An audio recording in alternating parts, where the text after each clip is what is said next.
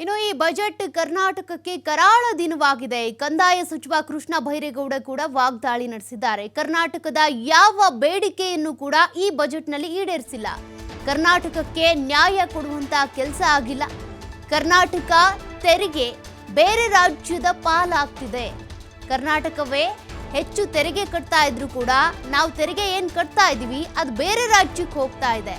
ನಮ್ಮ ಕರ್ನಾಟಕದ ಬೇಡಿಕೆಗಳನ್ನ ಈ ಬಜೆಟ್ನಲ್ಲಿ ಈಡೇರಿಸಿಲ್ಲ.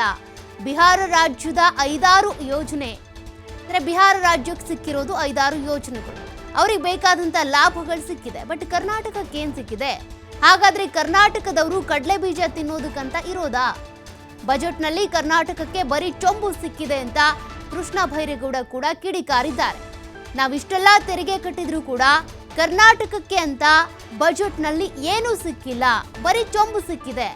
ಇಲ್ಲಿಂದ ಆಯ್ಕೆಯಾಗಿ ಹೋಗಿರೋರು ಏನ್ ಮಾಡ್ತಾರೆ? ಕಡಲೆ ಬೀಜ ತಿನ್ಕೊಂಡು ಕೂರ್ತಾರ ಅಂತ ಕಿಡಿಕಾರಿದ್ದಾರೆ ಕೃಷ್ಣ ಬೈರೇಗೌಡ.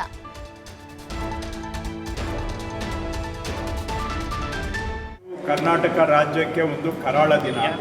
ಕರ್ನಾಟಕದ ಯಾವ ಬೇಡಿಕೆಯನ್ನು ಕೂಡ ಉಲ್ಲೇಖ ಮಾಡಿಲ್ಲ.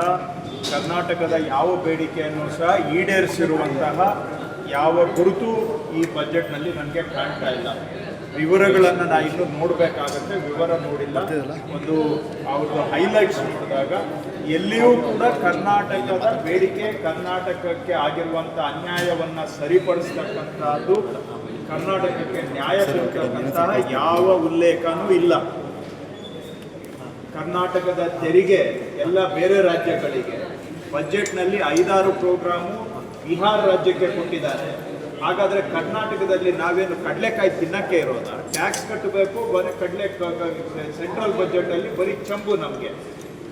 ಈ ಕರ್ನಾಟಕಕ್ಕೆ ಈ ರೀತಿಯ ಅನ್ಯಾಯ, ಇದು ದ್ರೋಹ. ಕರ್ನಾಟಕದ ಜನಗಳಿಗೆ ಬಿಜೆಪಿ ಸರ್ಕಾರ ಮಾಡ್ತಾ ಇರ್ತಕ್ಕಂಥ ದ್ರೋಹ. ನಮಗೆ 11,495 ಕೋಟಿ ಫೈನಾನ್ಸ್ ಕಮಿಷನ್ ಅವರು ಶಿಫಾರಸು ಮಾಡಿದ್ದಂತಹ ಅನುದಾನ, ಬರಲೇಬೇಕಾಗಿದ್ದಂಥ ಅನುದಾನ ಕೊಡೋದ್ರ ಬಗ್ಗೆ ಚಕಾರ ಎತ್ತಿಲ್ಲ ಸೆಂಟ್ರಲ್ ಗೌರ್ಮೆಂಟ್. ನಮ್ಮ ಅಪ್ಪರ್ ಭದ್ರಾ ಯೋಜನೆ, ಕರ್ನಾಟಕಕ್ಕೆ ಜಲವೇ ನಮ್ಮ ಜೀವನದ ಆಧಾರ. ಕುಡಿಯುವ ನೀರನ್ನು ಕೊಡ್ತಕ್ಕಂತಹ ಅಪ್ಪರ್ ಭದ್ರಾ ಯೋಜನೆಗೆ 5,300 ಕೋಟಿ ಕೊಡಬೇಕು. 1 ಪೈಸಾ ಕೂಡ ಇದರಲ್ಲಿ ಉಲ್ಲೇಖ ಇಲ್ಲ. ಕರ್ನಾಟಕದಲ್ಲಿ ಹಿಂದುಳಿದಿರ್ತಕ್ಕಂಥ ಕಲ್ಯಾಣ ಕರ್ನಾಟಕ ಅಭಿವೃದ್ಧಿಗೆ 1 ರೂಪಾಯಿ ಕೊಟ್ಟಿಲ್ಲ ಈ ಬಜೆಟ್. ಕರ್ನಾಟಕದಲ್ಲಿ ನೈಸರ್ಗಿಕ ಸವಾಲುಗಳನ್ನು ಎದುರಿಸ್ತಾ ಇರ್ತಕ್ಕಂಥ ಮಲೆನಾಡು ಕರ್ನಾಟಕಕ್ಕೆ 1 ಪೈಸಾ ಕೊಟ್ಟಿಲ್ಲ. ಬೆಂಗಳೂರು ಇವತ್ತು ಇಡೀ ದೇಶಕ್ಕೆ ಉದ್ಯೋಗ ಕೊಡ್ತಾ ಇದೆ. ದೇಶಕ್ಕೆ ರಫ್ತಿನ ಮುಖಾಂತರ ಬಹಳ ಮಹತ್ವವಾದಂಥ ಆದಾಯ ತಂದು ಕೊಡ್ತಾ ಇದೆ. ಎಕ್ಸ್ಪೋರ್ಟ್ ಅರ್ನಿಂಗು ಬ್ಯಾಂಗ್ಳೂರಲ್ಲಿ ಹೈಯೆಸ್ಟ್ ಇದೆ. ಬ್ಯಾಂಗ್ಳೂರಿನ ಅಭಿವೃದ್ಧಿಗೆ 1 ರೂಪಾಯಿ ಕೊಟ್ಟಿಲ್ಲ. ಇದು ಒಟ್ಟಾರೆ ಕರ್ನಾಟಕದ ಪಾಲಿಗೆ ಈ ಕೇಂದ್ರದ ಬಜೆಟ್ ಒಂದು ಕರಾಳ ಅಧ್ಯಾಯ. ಕರ್ನಾಟಕ ರಾಜ್ಯಕ್ಕೆ ಒಂದು ಕರಾಳ ದಿನ. ಕರ್ನಾಟಕದ ಯಾವ ಬೇಡಿಕೆಯನ್ನು ಕೂಡ ಉಲ್ಲೇಖ ಮಾಡಿಲ್ಲ. ಕರ್ನಾಟಕದ ಯಾವ ಬೇಡಿಕೆಯನ್ನು ಸಹ ಈಡೇರಿಸಿರುವಂತಹ ಯಾವ ಗುರುತು ಈ ಬಜೆಟ್ನಲ್ಲಿ ನನಗೆ